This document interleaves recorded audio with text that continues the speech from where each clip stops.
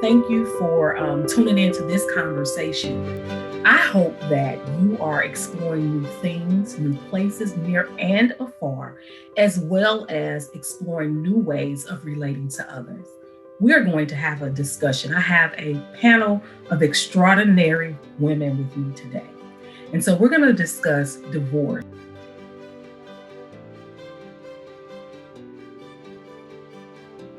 So we definitely need to have more of these conversations in the Black church, because there's not enough being said about marriage in church. There is not enough right marriages being displayed, even in Christianity.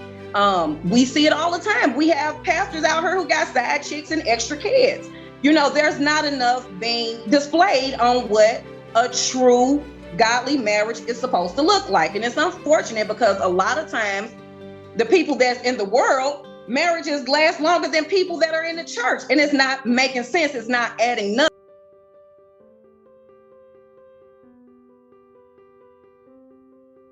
Which brings me to one of the questions was, is God angry? And you covered that. No, he isn't. There are so many examples angry about us getting a divorce where it is permissible, right? So if we look at Matthew, right, talks about infidelity. That is permissible. Ladies, you do not, if you choose to stay, you choose to stay. But that is permissible. You listen, if he leaves you, right? So if you look at Exodus, the 21st chapter, where Moses' law, it told the man that he needed, if he took another wife, he could not abandon the wife he already had. There are so many examples that we don't hear in church. Deuteronomy 2. There are people, if you are Christians, because all of us are pretty much Christians on this stage, read for yourself. Read 1 Corinthians, the 7th chapter. Read where Paul is talking about grounds for you. You do abandonment. If he leaves you, you don't have to stay and try to be by yourself and say you still married. He abandoned his responsibility. It's okay to move on. It's okay. Continue to pray, but as you pray, act. Get to moving, or be still, but just know that God is not going to be angry with you. And another thing is that we do as Christian women, I'm very careful because I hear a lot of people will say, oh, God told me to marry him, or God told me to, and then it didn't work. Be careful, because we do. And I'm guilty. Monica, you said it. I'm so guilty of, there's something about similarities in the people that you choose, right? And then you have to sit back and reflect and say, that's my character flaw. Ooh, I'm choosing wrong, right? Even though the man finds me, but I'm allowing this same characteristic, right? So I have to do a reflection of what is it with me that I need to work on, right? And I found I have what's called this Captain Saver mentality, where, I want to jump in, leap in and save the day for, whomever it is. That's a flaw with me. Is that something that makes you feel good? So, I have counseling, I had to work through that. What is it with me? So there are. I want to, the answer is no. Right. No, and if you have a relationship with God, he'll tell you, you can hear from him. But I also wanted to piggyback on what Monica said. I had this conversation earlier with a really close friend, and she said, why is it, she had a husband that passed away, and he pretty much, committed infidelity throughout the marriage over 20 something years, with the same woman, and then was in a relationship after that. And then the same thing happened to her again. And she said, what is it about me that a man can't be faithful to me? And I was like, you can't blame their issues on you, but what you can't ask God is, why do you choose the same kind of man? And then ask him to show you something different. And she was just like, I guess she wasn't ready to hear me. When a student is ready, the teacher will appear, because she looked at me like I was crazy. But I know at some point she'll get it. But that's what I had to do. I kind of fell for the same kind of man twice and married twice and got similar results twice. And then I had this period of being alone so that I can get to know myself and love me. And no, yes, God is not angry with me, but he also wants me to know how to be treated, how to be loved, how to be respected. But first I had to, have self-respect. So I was just on the edge of my seat when Monica was talking, because I just had that experience talking with one of my friends. I'm like, it's us, we choose. A lot of times God didn't even tell us to marry that person, but we just jumped ahead. And she's like, well, how do you know? I said, he probably gave you signs, but you just ignored it because you really wanted this man. And then when we talk about it, if you consummated it before you got married, then you really want that man, because that's a spirit. So we don't take the time to get to know someone, and we rush and we want to jump in head first. And then now, yes, our heart is broken, but that's not who God designed for us. That's not our husband. So yeah, that was awesome, Monica. Both Monicas. No, it was, Monica. I'm like, we're not advocating for divorce. We're advocating for marriage, healthy marriages, and knowing when to divorce. And if you have to, being healthy and whole and seeking the help that you need if you have to get divorced. Anybody want to share some lessons that they've learned, that they know if God gives them another mate, they can apply those lessons? Anybody? Tia, I see. I just took my mic off. I would just say the lessons I've learned is just to be patient. I was married twice. So the first time I only knew him like 30 days and we got married. We were married probably like 7 years. And then the second marriage, I think it was like 6 months.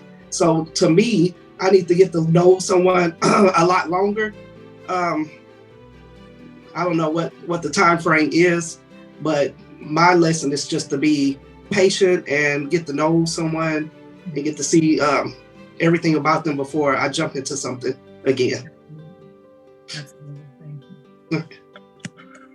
I think a lesson for me, a couple lessons. I need to allow this person to meet the men in my life, like the men I trust, because men can recognize stuff that we don't, because we so in love. I love him. Oh, he my, whatever that is. No, we in love. So when we allow men, I think, to meet the man who's trying to be our covering, they can recognize like, I don't know, Sabrina, this is there's something about him. Or, yeah, he not the one. Oh, yeah, this for you. So I do think having men you trust who also know God, to meet them and ask some serious questions. Because there are questions that a man who care about you, whether it's your uncle or your dad or whoever, that you may not ask because you aren't thinking on that level at that point. But there are some things that they would definitely ask. So I think that would be something definitely for me. And definitely the premarital counseling piece. Like we gotta sit at somebody's table or couch or something, because we need to make sure it's what you want and what I want, because we in love, but marriage is something totally different. So to make it work, we need to make sure we're doing some real upfront work. And I want the person to make sure they're giving us like homework and activities to do, because, just going and talk and have some questions. Okay, we'll see you all back in a month. And then, I can see you see them 3 or 4 times. And this is your pastor. And they like, yeah, y'all can get married. But we don't need to come back. Like, what? I'm just trying to figure out. So yes, upfront counseling. My second marriage, I've been married twice and divorced twice. My second marriage, I thought it was important for us to have mentoring couples who were married. And not that we would go and tell our business, but just we kind of have like, hey, I need y'all to pray for us, or to just hang out with.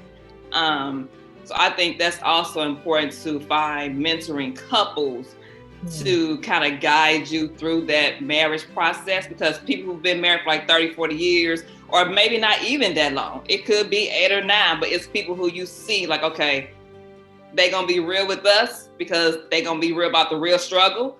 Because again, in the church sometimes, oh, we so happy, we so, and you like, nah, that don't look real happy to me. But that's what you say. So, you know, people gonna be real with you because marriage is work. Like, and then I in my mind think, why is this so hard? It should not be this hard. Like, if you have two people who really want to be together and God is the center, this should be like a cakewalk. Now, granted, no, it's gonna be temptations that come, but it should be like you have blinders on almost. Like, yeah, I see the guy over there. He is nice looking, but my man, my covering got me. So I ain't worried about that. We don't go blind, but we shouldn't be like, oh, I think I might want to bump into him, or I think I might want to bump into her, or, you know, what are we doing? Yes, exactly. So those things, yes. I like absolute must. I'm with you because I've this is what I've learned, and I'm gonna let Des if she wants to, but my memory. Couple things. The first one is, if a man does not have his own accountability partner, I'm running. I would run, seriously, because you have to think about it. Men, godly men, and sometimes not even just godly men, because I'm finding some of them are kind of off too because of the upbringing that we've had in the church, and but men who are godly coupled with, they don't mind saying, dude, you wrong. Let me call you out on that. If a man doesn't have another man in their life that they can go to and get the real deal, I'm gonna run. Because if I meet someone and they said they don't have anybody that they can talk to, and accountability is important for me because I want accountability. Then the other thing is that personally, for me, I realized that my own behaviors also contribute to the demise or breakdown in any relationship. So there were some things that I had to look at myself and say, you know, if you handled it this way, nobody taught me these things, you know, and that's another thing. We're doing this thing trial and error. For the most part in the Black community, we don't have any classes that teach us. We may have great grandparents or grandparents who've been married, and in some cases not, or one or two, but they got married so long ago that things that, you know, we have to be honest, times have changed, and things that our grandparents went through in their relationship and was able to handle it, it's not the same now. The resiliency, the grit, the work, it's different. It looks different than it did 30, 40, 50 years ago. So for me, it's, I had to reflect, do a self-evaluation on my own behaviors and take accountability for how I show up in relationships as well, so that I don't take that same behavior into the next relationships. And then the other thing is, how do I leave my baggage from each relationship in those relationships, not to carry or to judge the new person based on what this old person does? For me, I would have to definitely agree with you and Lady Z about the accountability, as well as having that person to meet the important men in my life. For the first time, I mean, I basically grew up with my first husband. The second time was extremely different. And what I realized I did not do was have that time set aside to actually date the person, to get to know who that person is. I suggest that you don't marry anybody until you see them in all seasons of their life. Meaning you need to see them not just when they're happy, when they're sad, when they're angry, you know, all of those things need to play a factor in, you know, can I deal with this in the marriage, being married to this person? Will I be able to handle that flaw, that character flaw? Those are things that I definitely am living by. Like, you got to meet mom, pops, brothers. You have to meet everybody. You need to talk to everybody. You need to talk to my pastor. We're not getting married. If my pastor tells me I don't think it's a wise decision, I learned the hard way, because in my second marriage, before I married that person, my pastor did not agree with it. He did not agree with it. And when we have a shepherd in our life, they can see further than we can, because they're the shepherd, we're the sheep. So they can see the wolf before we see the wolf. They can see that the wolf is trying to devour us. So that's one of the main things that I learned, that, hey, if those people that are important in my life see flaws and things that I can't see because of the lovey-dovey, the infatuation that you experience when you first meet a person and you love them, you saying you love them, you're in love with them, but you can't see all of those other things that other people can see because you want to be with that person. And definitely being patient enough to wait on God to complete the process in yourself. Because a lot of times when we get divorced, we are ready for another relationship, where we think we are, and we're in a rebound relationship. We didn't give ourselves a chance to heal from what we just came out of. We didn't give ourselves a chance to sit back and reflect on what is it that's within us, that, what did we miss? Like you said before, 9 times out of 10, the red flags were there, but we chose to overlook those things because that's how bad we want us to be with an individual. And a lot of stuff we could have avoided. Sometimes it's just best to be friends with a person. A man can definitely choose you, but you don't have to choose him. And that's something that I learned being a 2-time divorcee. Just because, they saying, hey, I want to marry you, you worthy of being married. And I've come to learn, flies are attracted to the oil, and we have to be careful, because looking at the women that are on this panel, we're powerful in more ways than one. And knowing that you're powerful and, you have an oil on you, you're anointed to do a thing, flies are attracted to the oil. And when flies get in the oil, it does what? It makes it stink. And a lot of times that's what happens, because, we're anointed to do things in life. We're anointed to help others. And ultimately, unfortunately, our divorces have created platforms for us to be able to help the next individual so that they don't go down the same road that we went down. I actually thought about doing a whole conference on before you say I do, because when you've been through something like that, you can help somebody else say, hey, don't do that. Wait a little bit. Seek out godly counsel and seek out regular counseling, secular counseling and therapy, because that's what you're going to need before you say I do, and get it to know who that person really is. So those are some of the lessons that I definitely learned. And then, it's a whole different ballgame when you're talking about a blended family. So there's a lot of things that factor into, being divorced, and learning lessons. I don't regret decisions that I made. I consider them lessons learned. So we have to remember that as well.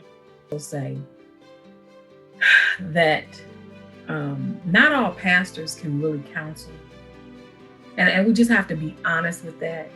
I think we love the idea of going. There are some pastors, like my brother-in-law, who has a degree in counseling. So he went and got formal training before he was a pastor, right? So I truly believe your counselor is important. And if your pastor, and I'm saying to any women out here, if your pastor is not equipped, it doesn't mean he's less of a pastor. That's just not his gift. That's just not his area. And let's just be honest, of expertise, right? So go and find a professional counselor.